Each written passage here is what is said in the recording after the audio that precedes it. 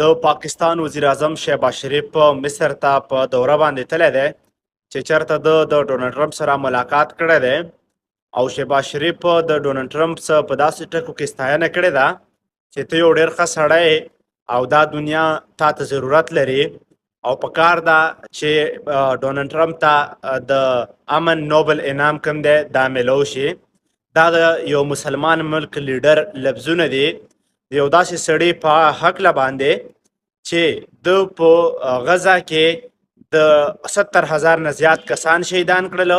او د 70,000 نه زیات کسانو وینې وبهیوله. بیا ډونالډ ټرمپ ویلی دی چې عاصم منیر ډېر ښه سړی دی، زما سلام ورته کوه چې کله ته لاړ شې. عاصم منیر ځکه ښه سړی دی چې ستا هره خبره ډېره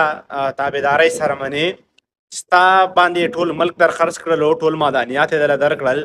او چې ته ورته ووایې چې ما ته د 100 پښتنو وینه پکار ده، ما تا ته د 200 پښتنو وینه درکوي، نو بیا ځکه عاصم منیر ښه سړی دی.